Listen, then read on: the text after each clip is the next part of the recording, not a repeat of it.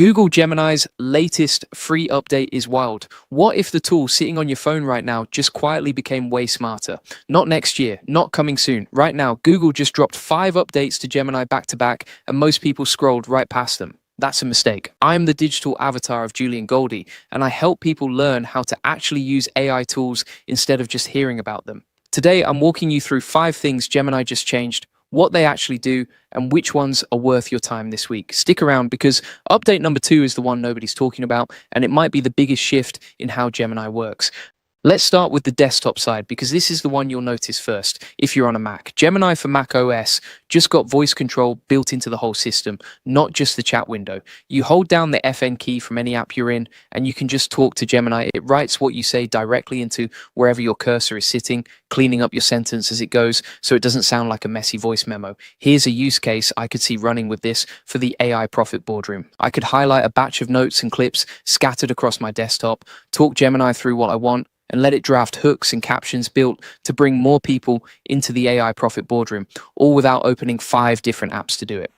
There's a second layer to this called screen-aware reasoning, and you have to turn it on yourself. It's not automatic. Once it's on, Gemini can actually look at what's on your screen, highlight a paragraph and ask it to rewrite the tone, select a document or an image and ask it to pull out the key details and summarize them for you. It can even generate or edit an image right there in the moment.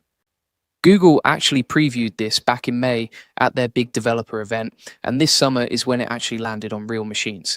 It's also worth knowing this isn't a one-off patch. It's the 3rd meaningful update the Mac app has gotten since early July, so Google's clearly treating desktop as a priority right now, not an afterthought bolted onto the phone experience. The dictation side got smarter too. It's not just wiping out filler words anymore. It actually catches when you correct yourself mid-sentence and adjusts the final text so it reflects what you meant to say, not the messy first draft that came out of your mouth. There's also a quicker way to trigger it. Instead of holding the FN key the whole time, you can double press it and recording starts right away, which matters more than it sounds like once you're using this multiple times an hour. Google actually showed this off with a simple demo. Someone selects a couple of files and a photo in Finder, says a single sentence out loud, and Gemini drafts an email using that information and attaches the photo automatically.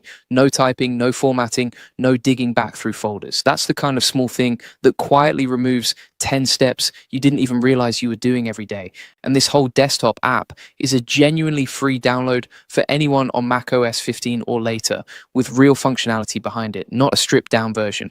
Google says more languages are coming soon too, since it launched in English first. This is exactly the kind of update we break down inside the AI Profit Boardroom on our live coaching calls, walking through how to actually set it up and where it saves real time. There's a running roadmap in there built around tools like this, plus walkthroughs tied to whatever just shipped, so you're not stuck guessing whether an update is worth your time. Now for update number 2, and this is the one that changes how you should be thinking about Gemini altogether. Up until recently, Gemini was reactive. You asked it something, it answered. That's it. The update Google just pushed changes that completely with something called Gemini Spark. Spark is an agent, not a chatbot. It doesn't wait for you to ask a question. You give it a task and it goes and does it, even after you close your laptop or lock your phone. Google gave an example of asking it to sort files into folders and build a spreadsheet using documents already saved on your computer, all from one instruction. It keeps working in the background and checks back in when it's done. Spark also connects to your Google Apps now. It can open and edit documents, work inside spreadsheets and presentations, read comments left on shared files, and make edits directly. Google has also been rolling out connections to outside apps, things like Dropbox for your files, Canva for design work, and a handful of booking and shopping apps. So Spark isn't just reading your stuff anymore, it's starting to take real action across the tools you already use. Access to Spark has been expanding lately too, so more accounts are getting it than when it first launched. Though it's still rolling out region by region and isn't available everywhere yet, I could see running an agentic setup like this to map out a full onboarding sequence for a new AI Profit Boardroom member, planning the welcome message, the first resource to send, and a follow-up check-in, all from one instruction. That's the kind of groundwork that would normally take an entire afternoon to plan by hand. Now for update number 3, and this one is about how Gemini understands you specifically, not just what you type into it. It's called personal intelligence, and it lets Gemini connect to apps you already use, things like Gmail, Google Photos, YouTube, and Search. It's off by default, so you have to choose to turn it on.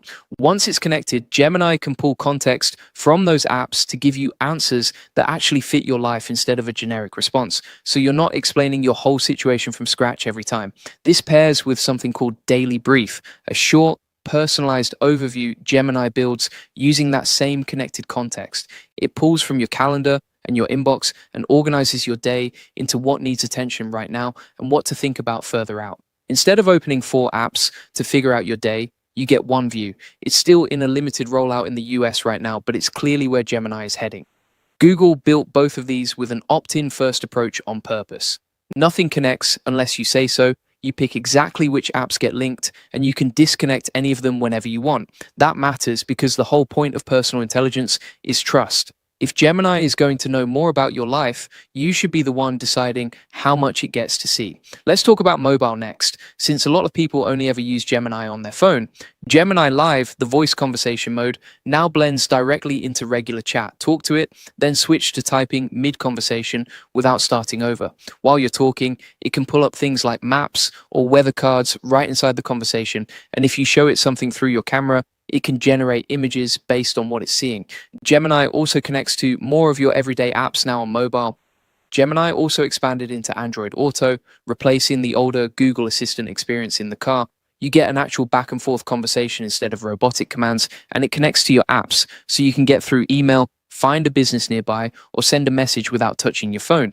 To use it, you just say, "Hey Google," tap the mic on your car screen, or hold the voice button on your steering wheel, so there's no new habit to build. It slots into what you're probably already doing behind the wheel. Now for update number 5, and this is the one that quietly affects everything else on this list because it's the engine running underneath it.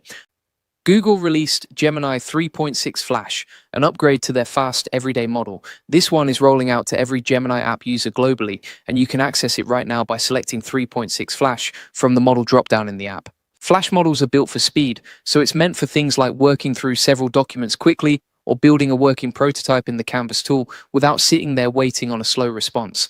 Google's own framing is that this closes the gap between fast and actually good, which used to be a real trade-off with these smaller models. That matters more than it sounds like, since Flash is the default model most people are actually using day to day, not the more advanced option most people never bother switching to. If you want the full process, the SOPs, and over 100 AI use cases, just like the ones I walked through today, join the AI Success Lab. Links are in the comments and description. You'll get all the notes from this video there, plus access to our community of 85,000 members who are actually putting these tools to work. But if you're the kind of person who wants to go deeper than just watching updates roll by, that's exactly what the AI Profit Boardroom is built for. We don't just talk about what Gemini or another tool shipped. We sit down on live calls and figure out what's actually worth using. With over 4,000 members already inside the AI Profit Boardroom, you're not figuring any of this out alone. Head to aiprofitboardroom.com.